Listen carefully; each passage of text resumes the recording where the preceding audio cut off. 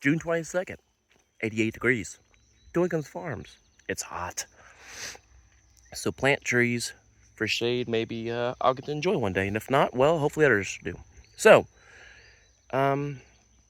this is EH1. This is a black walnut I am grafting onto. As you can see, you have about a 3-inch in diameter trunk. Way too big. If you go down here, it's like 5-inch in diameter. So what I did was, thanks to England's Nursery, Cliff, thank you, reach out for you, call out. Guys need scion wood or trees, fruit, whatever. He's down there in Kentucky. Great guy. England's Nursery. But he got me this EH1 cultivar, and I grafted onto a walnut a couple years ago, and I've been grafting from it. It's a really nice nut. It's a thinner nut shell. It's got more meat to it.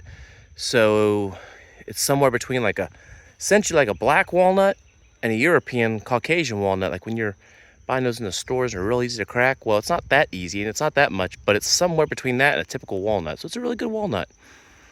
So I take these black walnuts that are just growing up naturally on the property.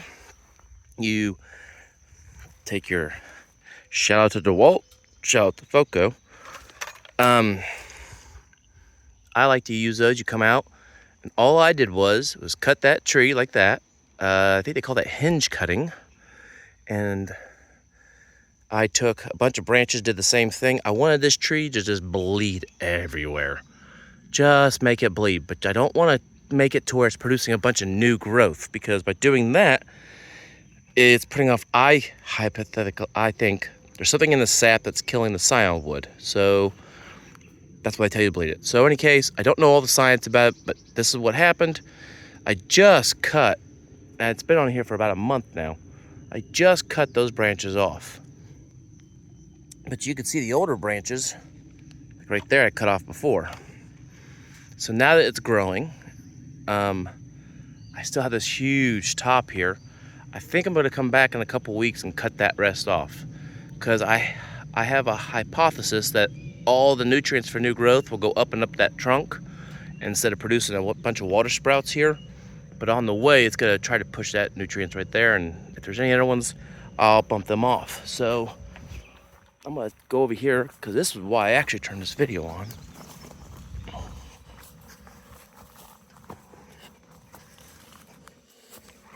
So, honeysuckle, get rid of it. It's a monoculture, it poisons the ground below. So, and there's 30 other trees, bushes you could plant that are better than that are native. Okay, so what do we have here? What do we have? Boop, let's zoom out a little bit. Okay. All the walnuts I grafted this year on black walnut were EH1s. So, as you can see, not all of these are what I want. So let's see here. Bump that off. Bump that off. Bump, bump, bump. Got to be super gentle with that, though. Now I'm going to go ahead and leave that little fella right there, because I kind of want some competition a little bit, just to maybe discourage birds. A lot of guys will take a stick or something, so that way when the bird nests on it, it'll nest up here instead of it breaking off down here. So I'll probably do that off camera, actually. That's not the worst idea. But there's my new growth. You know what? We're just gonna go ahead and bump those off too.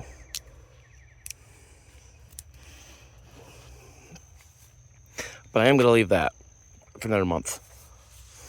Why? I don't know. So these are some other ones I did. Same time.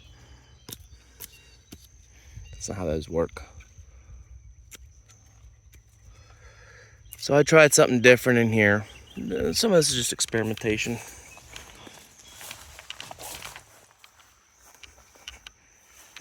See how all the suckers.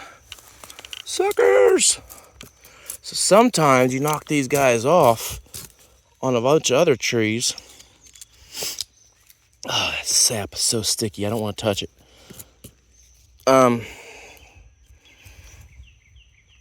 doing that, and those scions are still alive. They just need a little bit more. You know, you got to think of it down into the micro scale, like single individual cells, and they're all carrying buckets of information and nutrients.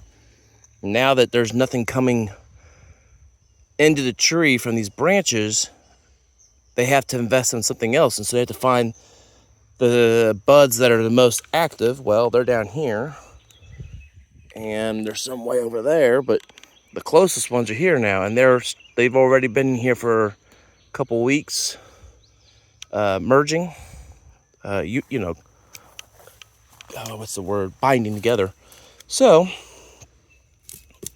if it doesn't work, no worries, because I did 3 in this area, and I only need 1.